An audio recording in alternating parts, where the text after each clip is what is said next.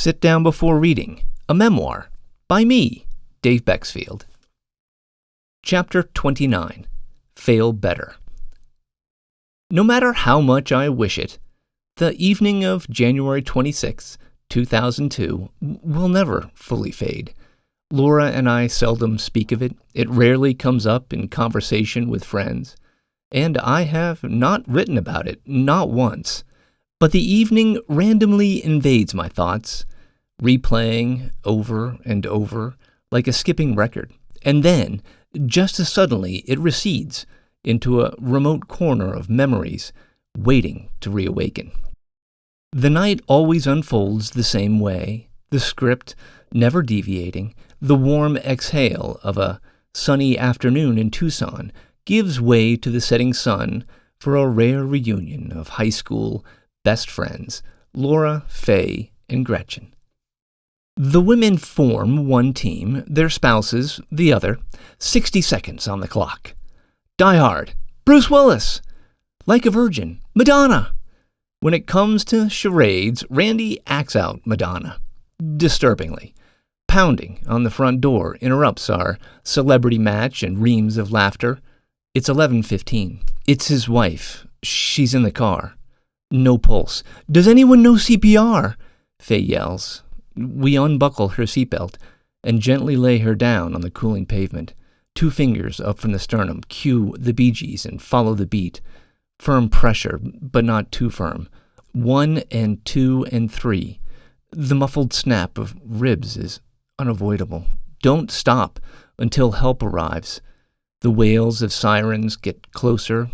Where are they? Stuck at the gate. What's the code?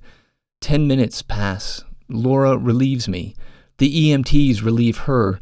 We all sit on the curb, stunned. The ambulance eventually pulls away, its siren off. The woman's perfume lingers, stuck on our clothing, in our hair. We can still taste it. Failure. Sometimes it's proper technique, or poor planning, or poor execution. Sometimes it's just bad luck. And sometimes, despite the best of efforts, it's inevitable. But failure always informs. In science, to loosely quote Samuel Beckett's often misinterpreted mantra, there is a fail better attitude. If scientists keep trying and fail a little less with each attempt, that's progress. Eventually, though, those incremental improvements get smaller and smaller. In medicine, barring an outright cure, researchers ultimately will face a wall of failure. And as they peer up that facade, decisions are made as to whether to look for another way over the wall or to accept that the approach taken, while not perfect, is good enough, that an acceptable degree of failure is inevitable.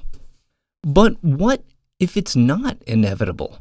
What if the answer lies not predictably tucked away in the little successes, but buried deeply within the failures? With all my treatment disappointments to tame my non-existent MS, my case embodies the epic fail, a meme-worthy cavalcade of faceplants, endos, and belly flops as I skittered down life's slip and slide for 17 years with a misdiagnosis. I failed MS medications because I have Lyme disease, and based on that 2019 research of MS prevalence in the U.S., the one with the map that unmistakably parallels tick country, others misdiagnosed must be failing their MS treatments too. My journey into disease-modifying drugs for multiple sclerosis began in typical fashion with the most benign, side effect-free medication on the market, daily injections of Copaxone. After an uneventful 3 years of daily injections, unsurprising, given that there are few anecdotal stories of it conflicting with Lyme disease, and even reports that it may lead to some temporary improvement, I switched to Rebif in the fall of 2009. hoping to calm the plodding but not yet alarming disease progression. This led to my first obvious treatment misfire.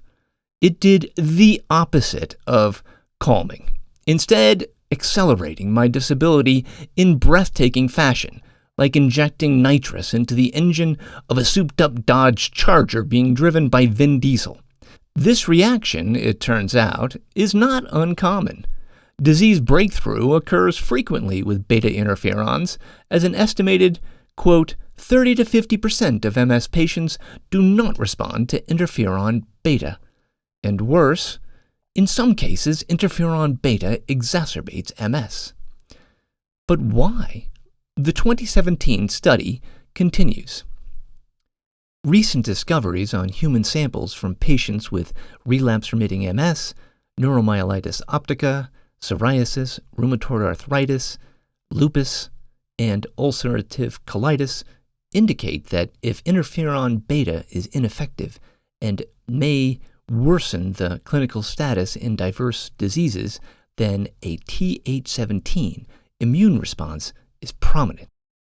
And what can kick a Th17 immune response into high gear?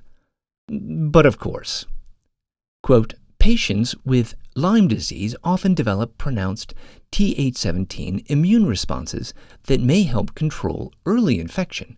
However, late in the disease, excessive Th17 responses may be disadvantageous.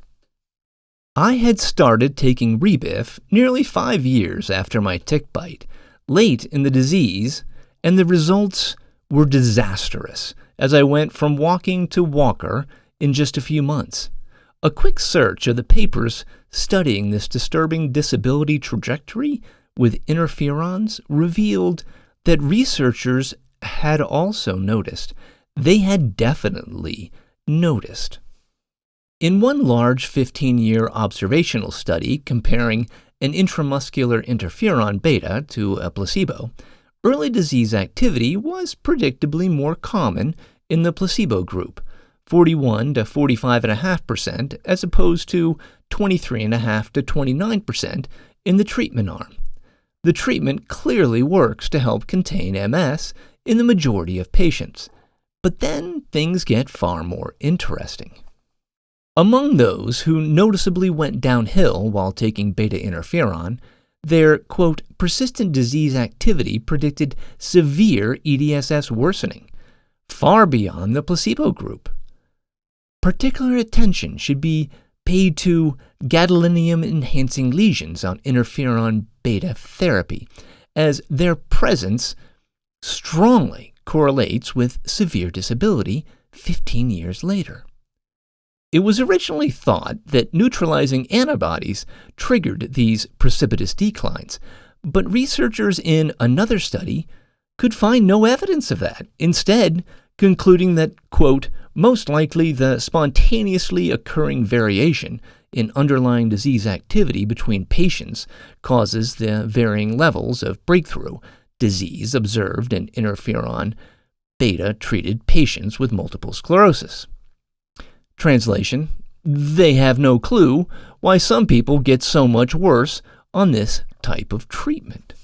Study after study support this curious trend of a subgroup of MS patients getting noticeably worse while taking beta interferons. For instance, researchers in Canada found 39% of patients receiving therapy experienced either a medium or high level of concern of breakthrough after a year of treatment, and 89% of these patients went on to develop further breakthrough over years 2 through 4.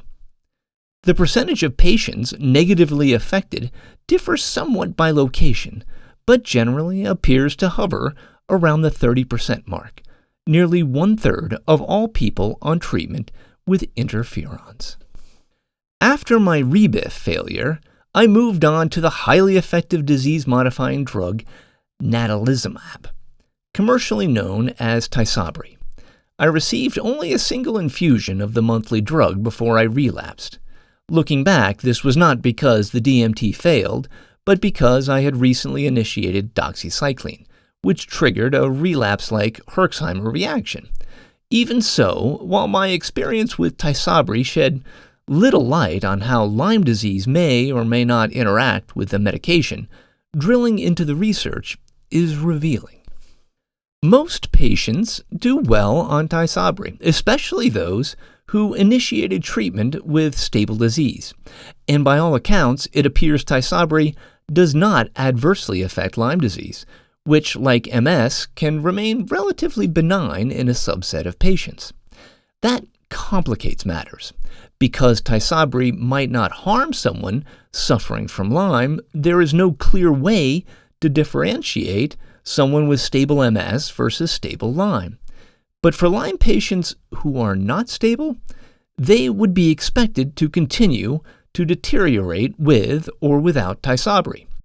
Fortunately, researchers in the oft-cited AFFIRM clinical trial were able to isolate just this group. In patients with highly active disease at baseline, the proportion who were free of disease activity over 2 years was significantly greater in the natalizumab group than in the placebo group. According to clinical measures, barely 11% of those receiving the placebo remained disease-free. But in the natalizumab group, that soars to 67%. Tysabri demonstrably suppresses MS, and it's effective in treating aggressive forms of the disease. Only 33% continued to progress, despite previously highly active disease. Again, though, another failure rate of about 1/3. My next treatment was the ultimate hammer, autologous hematopoietic stem cell transplantation. As I've discussed in detail in previous chapters, the transplant worked wonders for the first couple of years, dramatically reversing myriad disabilities. This, I discovered recently, must have been the result of receiving an extended dose of IV cefepime, an antibiotic that also treats Lyme. But because my course of antibiotics was limited 10 days instead of the recommended 2 to 4 weeks for Lyme disease, the gains didn't hold. Once again, when it comes to transplant outcomes, differentiating between patients with MS and Lyme appears to be daunting and is made more challenging by the accompanying use of antibiotics. Cefepime, critically, is often given as standard protocol in HSCT, meaning that most patients, regardless of disease type, should do well for the first couple of years. And countless studies reflect that expectation, with success rates exceeding 90%. Conversely, those with Lyme who get transplanted without getting these IV antibiotics, say at facilities that don't follow standard protocols, are destined to fail swiftly, likely within months.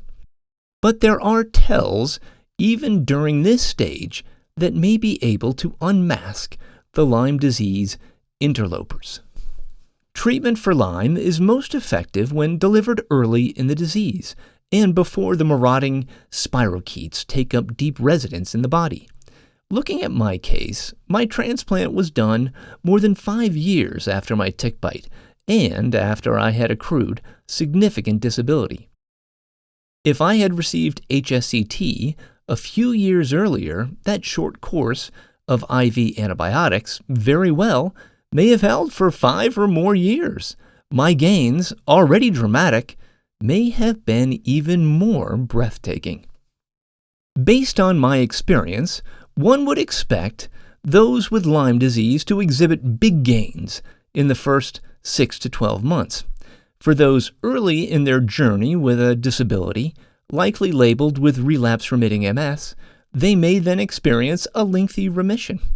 But for those who get transplanted later in the evolution of their disease, a gradual decline likely will occur, generally beginning in year 2 or 3. Among those transplant patients with a diagnosis of secondary progressive multiple sclerosis, a later and more advanced form of the disease, the success rate for those who actually have Lyme will drop further.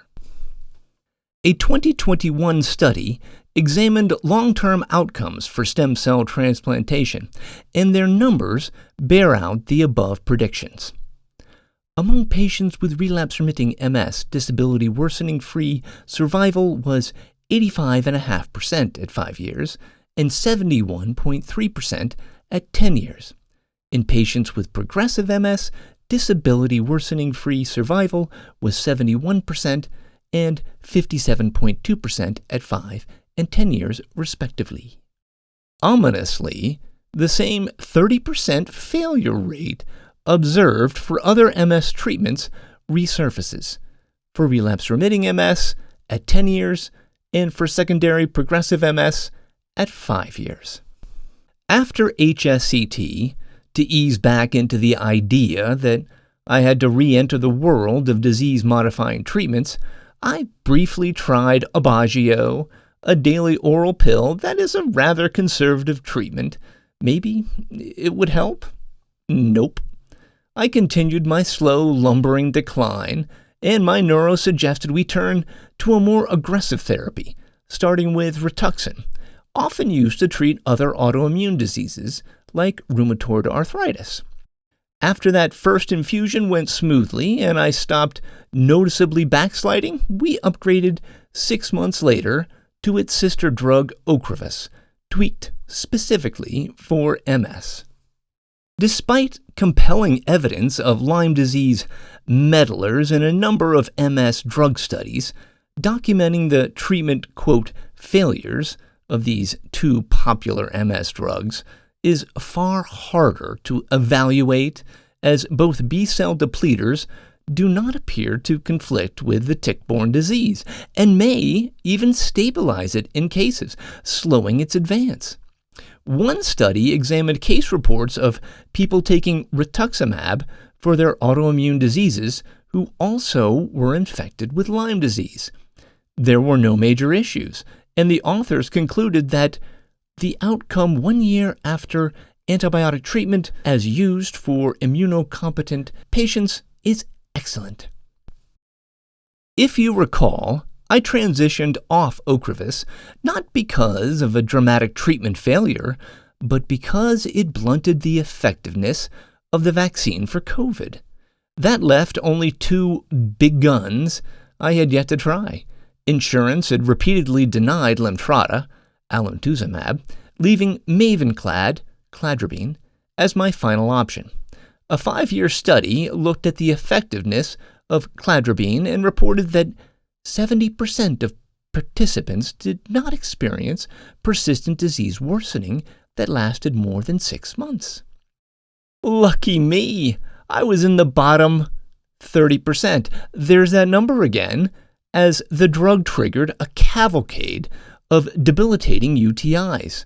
My unfortunate experience wasn't an odd outlier. Another study found that as many as 21.9% of patients like myself experienced significant disease breakthrough in year 1. There are more than 20 disease-modifying treatments approved for MS in the United States, too many to break down and analyze each for Lyme disease imposters in a rollicking medical memoir. The 30% number, though, crops up a lot. For instance, patients discontinuing the popular oral therapy Tecfidera, dimethyl fumarate, due to disease breakthrough? 30%, says a pivotal study in the New England Journal of Medicine. And Lemtrada, John Connor's salvage MS drug that did nothing of the sort for him? Like Mavenclad, it is hugely effective, but there is a caveat. The pooled prevalence of infective complications in patients with multiple sclerosis treated with alemtuzumab is 24%, found a 2021 study. The authors concluded that clinicians should be aware that the prevalence of serious infections during alemtuzumab treatment can be higher than expected from randomized controlled trials. Peculiar opportunistic infections should be considered when evaluating a patient treated with alemtuzumab who develops signs of infection. A recent large Finnish study supports these findings. Serious adverse events were observed in 32.2% of patients, and autoimmune adverse events were observed in 30.6% of patients. It's not surprising that in 2019, the European Medicines Agency, EMA, restricted the use of alemtuzumab for relapse-remitting MS and initiated a review due to serious autoimmune and cardiovascular adverse events. Pulmonary issues are indeed peculiar for people with MS, same with stroke, same with rheumatological problems, same with respiratory complications. While urinary tract infections are not uncommon in MS, Lemtrada was associated with an increase in that arena as well. All of these adverse events are squarely in the domain of untreated Lyme disease. As evidence revealed by treatment failures mounts, does that mean that 30% of people diagnosed with MS in reality are suffering from Lyme disease? A compelling connection, but in no way is it conclusive. I needed more evidence, better evidence, overwhelming evidence. Good thing there were more than 100,000 other MS research studies that I could refer to gather just such evidence. So, over the coming months, I gathered it. Nothing yet. Refresh, check the spam folder, then repeat daily or hourly or more frequently until you turn out the lights and tuck the sheets under your chin. Waiting for eagerly anticipated news is always a struggle, particularly when your health may hinge on such news. Even though we first connected in October and had our initial office visit in November, Dr. Alternative, our best hope to get the type of IV antibiotics recommended to treat neurological forms of Lyme disease, had yet to get back to Laura and me as the calendar flipped to December. Knowing he had a full schedule, we were hesitant to push too hard as we had no other viable options, so the two of us did everything else we could think of behind the scenes to accelerate, or at least get a tiny jump on, the endeavor. We connected first with a company recommended by Dr. Alternative that specializes in placing PICC lines, the semi-permanent infusion ports often placed in arms. When getting regular infusions, a central line to a vein is far preferable and less stressful than daily pokes. Yes, they were ready to assist when called upon, but they needed detailed doctor orders and would only install the PICC. They did not provide infusion services or supplies. Then we reached out to a home health group who would be happy to help with that area. But they had their own restrictions. Just ring when we were ready, they said. Will do. I've called in the prescription to my pharmacy, and you can go pick up the 28-day prescription of ceftriaxone anytime, said Dr. Alternative on a chilly December afternoon after I caved and bugged him for updates. But Laura and I both knew it would be far more complicated than that. Maybe we could sort out the details once we had drug in hand, which Laura promptly picked up for a relative's song the next day. When she arrived home with bags full of a 28-day supply of the necessary antibiotic, 56 1-gram vials in powder form, it was worse than we realized. We can't do anything with that, said the home care organization flatly. It needs to be reconstituted in saline in a sterile environment before being infused. Besides, all prescriptions we handle need to be fulfilled by our partner pharmacy. We need specific orders, the number of milliliters of saline required, everything. The PICC line company reaffirmed just how wayward we were in trying to get treatment. We needed to start over with our doctor, they recommended. Dr. Alternative was clearly unfamiliar with The process, which was to be expected as he does not specialize in Lyme or infectious disease. This was not his fault. He was just trying his best to help, unlike the majority of doctors who shudder at the mere thought of entertaining a diagnosis related to a tick-borne disease. But now, all that effort and all that stress and all that waiting, for what? Where should we turn next? I guess restart and try again, delaying treatment once again for another month or more. It felt so hopeless, pointless. As our once optimistic spirits splintered, Laura's eyes started to glisten, her gaze almost apologizing to me. But this felt uncomfortably different. She wasn't saying sorry for this latest failure. No, it felt more worrying. Her voice cracked as she choked out words that I never expected to hear her speak, not ever. We have to talk about